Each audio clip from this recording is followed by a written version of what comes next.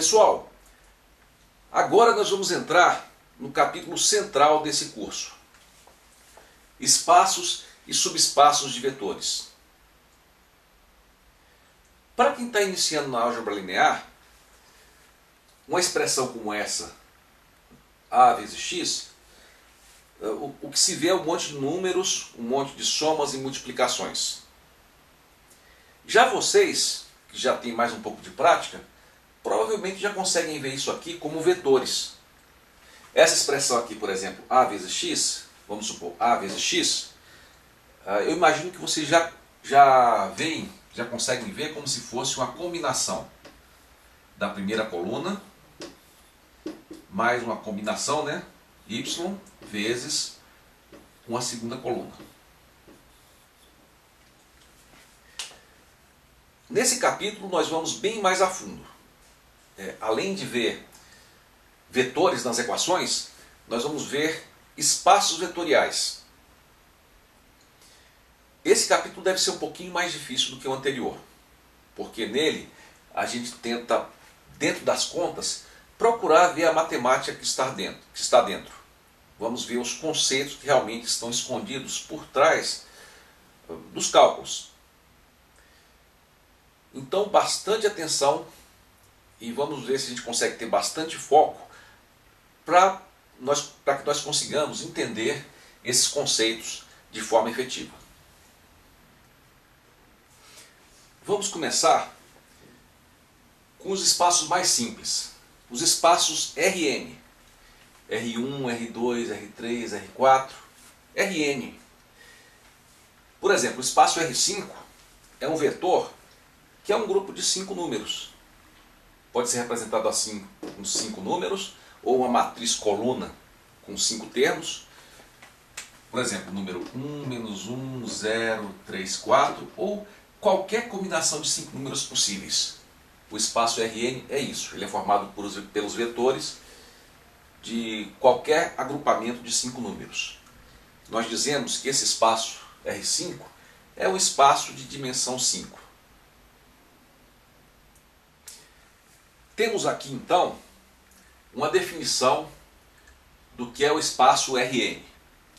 O espaço Rn consiste de todos os vetores V com n componentes. O R vem de números reais. Os números desses componentes têm que ser todos números reais. Se fossem números complexos, seria o espaço C de n. As componentes poderiam ser números complexos. Vamos ver aqui alguns exemplos. O conjunto de todos os números x, y, z, o conjunto de todas as combinações de 3 números, de todos reais, né? Seria qual espaço? R1, R2, seria o R3. Um número só, todos os possíveis números reais, qual seria o espaço? R1.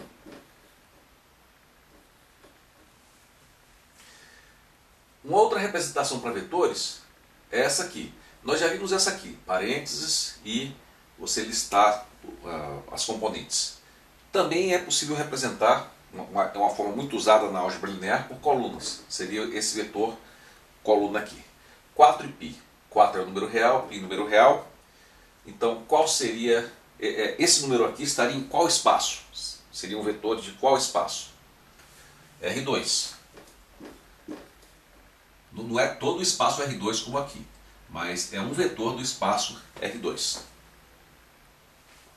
E esse aqui seria um vetor que pertence a qual espaço? Tem 6 componentes, R6. Vou botar mais um vetor aqui, pessoal.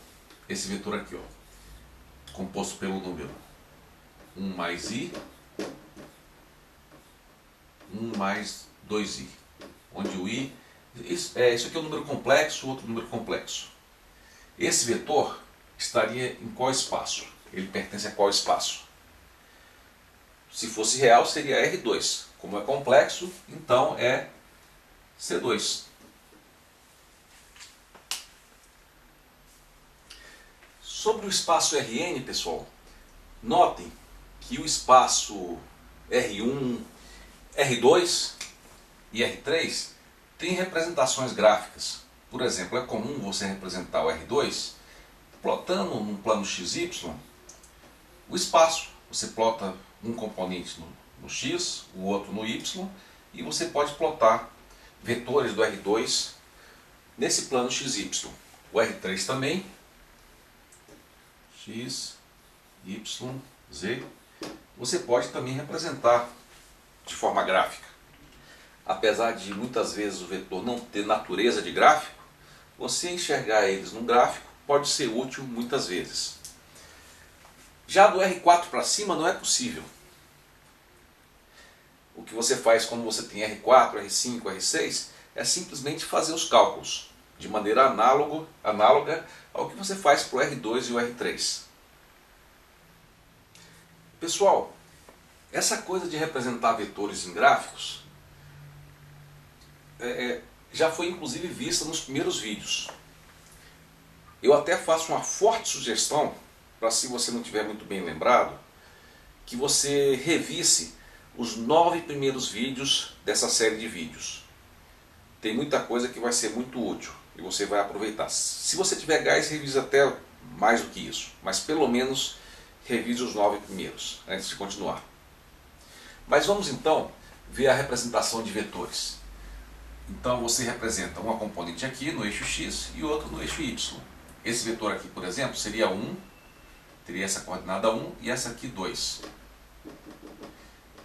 E como nós vimos antes, nós colocamos a origem aqui e a ponta aqui na coordenada 1, 2. Então esse seria o vetor 1, 2. Como seria o vetor 1, menos 2? Viria para cá, né? 1 e 2 para baixo.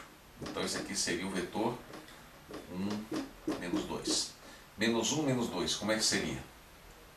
Menos 1, menos 2. Ok? E assim por diante. O 2, 1, como é que seria? 2, 1. Seria esse aqui. 2, 2, 1. E esse aqui, pessoal, é um vetor do R2? Os números são irracionais, né? É π, mas eles são reais. Vou desenhar aqui separado. Então, o E, se não me engano, 2.718, né? Então, 1, 2, por aqui.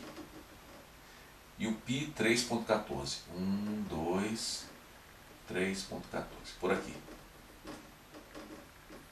Então, esse aqui é o vetor EP, ou EP, se você preferir assim. Ok? E esse aqui, em 3 dimensões? Esse aqui. Bom, nós revimos isso nos vídeos também, nos primeiros vídeos da série.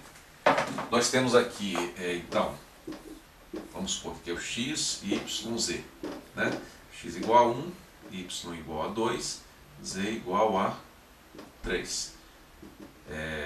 Revejam como plotar esses gráficos, tá, pessoal? Inclusive como dar a ilusão de 3 dimensões. Então seria esse vetor aqui. Ok? Você pode representar no espaço tridimensional.